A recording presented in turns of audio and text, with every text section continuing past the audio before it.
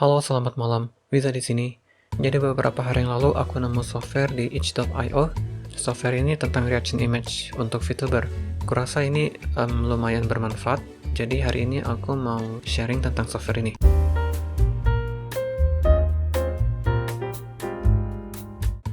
Ya, ini dia. Jadi software ini namanya Veadotube Mini, buatan Luna Olmeu. Jadi kalau kalian lihat di sini, softwarenya benar-benar seperti software Live 2D lainnya. Oh ya, ini model ini adalah model bawaan dari software ini. Nanti aku akan jelasin gimana cara ganti modelnya. Jadi di sebelah kiri ini ada pengaturan mic. Di icon mic ini kita bisa memilih mikrofon kita yang mana. Kemudian di sini ada dua bar, mikrofon volume dengan mikrofon delay. Karena di sini adalah semacam border, batas sensitivitas ketika kita ngomong.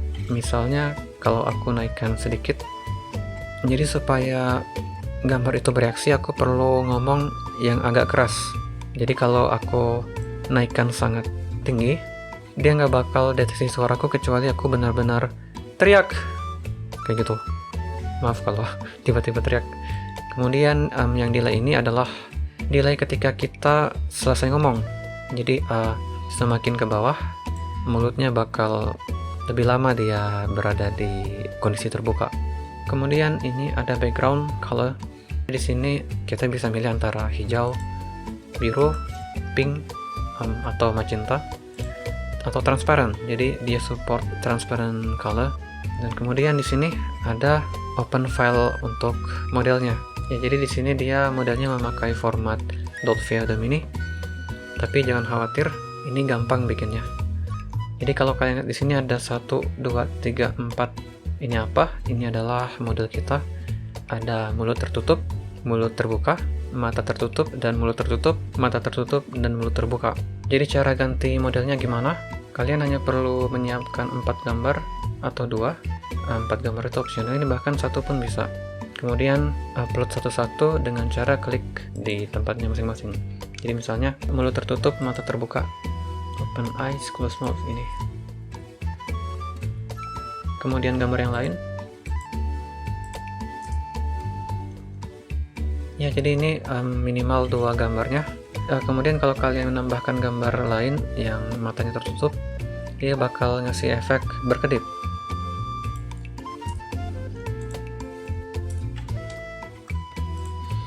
Ya, jadi kira-kira begini kalau sudah 4 gambar. Jadi ketika aku ngomong, dia kadang-kadang berkedip. Jadi benar-benar seperti apa ya, sangat natural. Kemudian kalian tinggal save sebagai avatar baru. Ya, jadi segampang itu.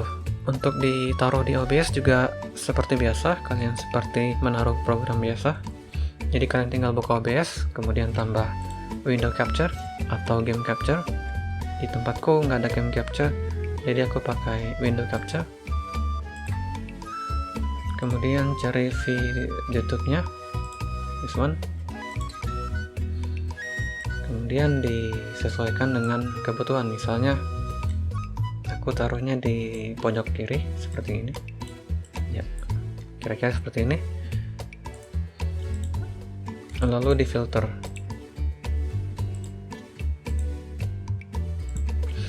Ya, sangat simpel sekali. Jadi kalau kalian bingung setting up Discord, mungkin bisa pakai software ini. Ya, jadi itu kira-kira basicnya. Di sini kalian sudah bisa langsung streaming atau bikin konten atau recording. Oh ya, sebagai catatan seingatku, software ini dia untuk sementara ini dia support gambar yang ukurannya 500x500 sampai 1000x1000. Jadi dia aspek rasionya 1:1. Kalian butuh gambar yang kotak. Jadi kalau gambar kalian nggak kotak, di crop dulu. Kalau gambar kalian gede, dikecilin dulu jadi maksimal 1000x1000. Itu yang kalau aku lihat dari websitenya. Ya, karena kita sudah tahu basicnya, jadi aku mau menjelaskan tentang fitur lainnya, yaitu ada di sini ada dua pergerakan untuk close mouth, untuk mulut tertutup, dengan open mouth, mulut terbuka. Jadi di sini ada 7 pilihannya. Kalau kalian pilihan pertama itu ada vibing. Aku juga bisa ganti yang ini jadi vibing juga. Jadi dia benar-benar sangat sinkron antara satu dengan lainnya. Kalau kalian biasa pakai GIF, mungkin kadang-kadang motionnya nggak sama gitu ketika mulut tertutup dan terbuka karena start frame-nya beda. Di sini ada banyak selain vibing ada getar-getar gini, ada getar-getar banget. Kemudian ada bouncy, ada excited, kemudian ada yang tulisannya nervous tapi ini kayak hiperaktif sih. Kemudian di sini ada transisi mulutnya, dia lompat sedikit ketika ngomong. Ini benar-benar kayak jumpy-nya Discord. Ini bisa dimatikan kalau misalnya kalian butuh gerakan lain supaya lebih natural, misalnya vibing ini. Jadi ya aku hanya vibing. Kemudian ada fitur hotkey mode, dan state. Jadi aku jelasin dulu pertama untuk state. Jadi ini biasanya dipakai untuk kondisional. Misalnya kalian lagi senang, kalian pakai state yang ketika kalian senang. Kalau kalian lagi merasa keren, kalian pakai state yang sedang merasa keren. Kalau kalian lagi nervous, kalian pakai state ketika sedang nervous. Kalau kalian lihat, state juga bisa nyimpan gerakan, jadi sangat berguna. Dan hotkey ini gunanya untuk supaya kalian bisa pindah state menggunakan keyboard. State 1 misalnya kalian setting dengan hotkey 1, kalian bisa klik set hotkey-nya, kemudian pencet 1. Kemudian untuk hotkey mode ini dia ada 2. Jadi bedanya hotkey yang ini kita tekan 1 kali dia bakal berubah terus sampai kita pindah ke hotkey lain. Hotkey satunya ini itu dia aktif ketika kita tekan terus tombolnya, kita redam. Ketika kita lepas dia bakal kembali ke state sebelumnya.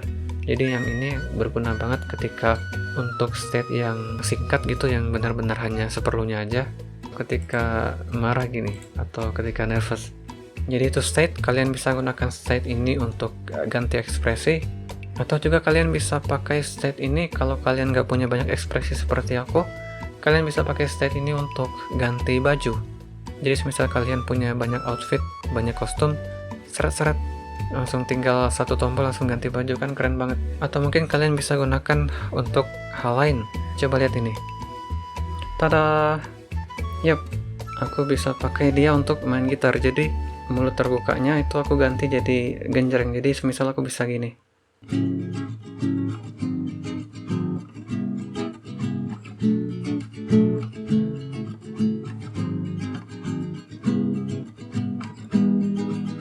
Yes, keren sekali rasanya. Jadi ini bisa kalian pakai untuk macam-macam. Itu tergantung dengan kreativitas kalian. Jadi barangkali kalian pakai untuk hal yang lebih aneh lagi. Ya, jadi kira-kira itu fungsi-fungsinya. Kelebihannya sendiri, software ini bisa kalian pakai offline. Jadi kalau kalian rekaman nggak ada internet gitu, kalian bisa pakai ini. Atau kalau kalian ingin meringankan sedikit beban download internet speednya gitu untuk dialokasikan ke game misalnya. Kemudian ini sangat mudah untuk di setup. Kalian tidak perlu pengetahuan yang teknis, atau yang penting jangan bodoh-bodoh amat, kalian bisa setting ini. Kemudian juga dia punya beberapa banyak state, ini bisa fleksibel kita gunakan. Jadi dibandingkan Discord Reaction Image, di sini kalian bisa lebih ekspresif. Kemudian kekurangannya itu dia nggak bisa rame-rame. Jadi kalau di Discord kalian bisa ngatur lebih dari 1 reaction image. Jadi kalian bisa ambil reaction image dari teman-teman kalian juga. Ya, jadi mungkin itu aja kira-kira sharing-sharing hari ini. Softwarenya cukup bagus, kalian bisa pakai ini kalau kalian butuh. Jadi semoga membantu, semoga bermanfaat. Cukup sekian, jumpa lagi kemudian.